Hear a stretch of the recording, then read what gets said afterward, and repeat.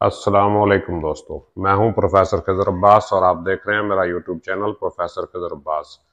आज मैं आपके लिए उर्दू का एक अहम लेक्चर लेके आया हूं। इसका ताल्लुक क्लास सेकंड ईयर के साथ है। वैसे इन जनरल भी आप इस्तेमाल कर सकते हैं इसको। तो यह है मस्दर का बतौर इमदादी फ़ेल जुमलों में इस्तेमाल। हमारे लेक्चर का उन्वान क्या है? मस्दर का बतौर इमदादी फ़ेल जुमलों में इस्तेमाल। मगर उससे पहले मेरी आपसे गुजारिश है, अगर अभी तक आपने मेरा चैनल सब्सक्राइब नहीं किया तो काइंडली मेरा चैनल सब्सक्राइब करके बेल आइकन दबा दीजिए ताकि मेरी हर आने वाली वीडियो आप तक पहुंचती रहे। तो अब हम लेक्चर की तरफ बढ़ते हैं। लेक्चर का उन्वान क्या है? मसादिर का बतौर इमदादी फ़ेल जुमलों में इस्तेमाल। तो इसके लिए सबसे पहले हमें यह देखना होगा कि मस्दर क्या है। मस्दर अरबी जुबान का लफ्ज है जिसका मतलब है निकलने की जगह।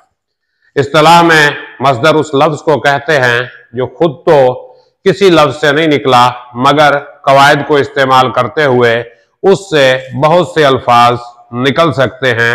मसलन आना, जाना, करना, खाना, लेना वगैरह। तो ये सब मस्दर हैं। जैसे आना से आने वाला, आता है, आएगा, आ रहा है, आया हुआ। तो ये आना से कवायद के मुताबिक और लफ्ज बन रहे हैं। जाना से गया, जाता है, जाएगा, जा रहा है, जाने वाला, गया हुआ। तो ये हम इससे अल्फाज बना सकते हैं। तो इसके बाद है फेल। फेल क्या होता है? हम तो कहते हैं जो पास नहीं होता वो फेल हो जाता है, लेकिन ये उर्दू ग्रामर में फेल है जिसका मतलब है काम। यानी वो लफ्ज जो जमाने के ताल्लुक से किसी काम के करने या होने को जाहिर करे। मसलन आता है, आया था, गया था, जाएगा, जा रहा है, जाओ, आओ, ये सब अफ़आल हैं। फेल बनता है मस्दर से।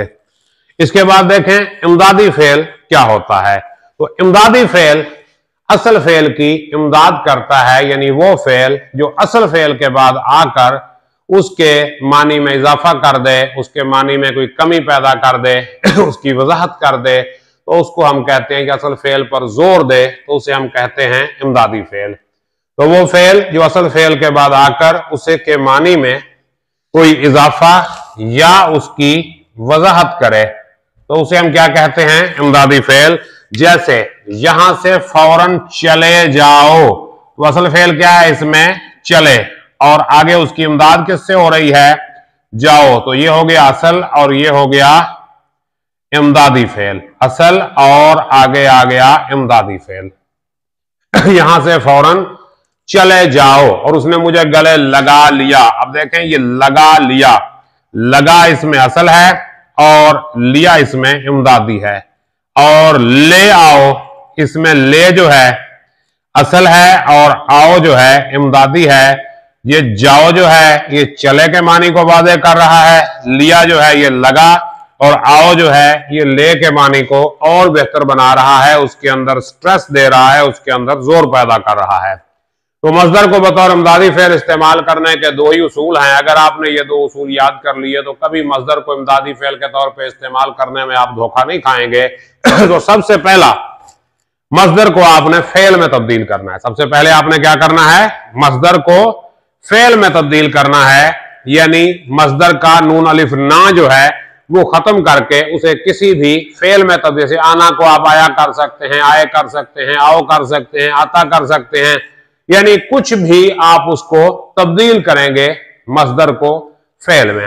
और इसके बाद आपने क्या करना है? तब्दील शुदा फेल को असल फेल के बाद लगा दें। क्योंकि अंग्रेजी जुबान में जो इमदादी फेल है जिसको हम हेल्पिंग वर्ब कहते हैं वो असल वर्ब से पहले आता है, लेकिन उर्दू जुबान में जो इमदादी फेल है वो असल फेल से बाद में आता है। जैसे ये देखें, यहां से फौरन चले जाओ, तो इसमें जो जाना मस्दर है वो बतौर इमदादी फेल इस्तेमाल हुआ है।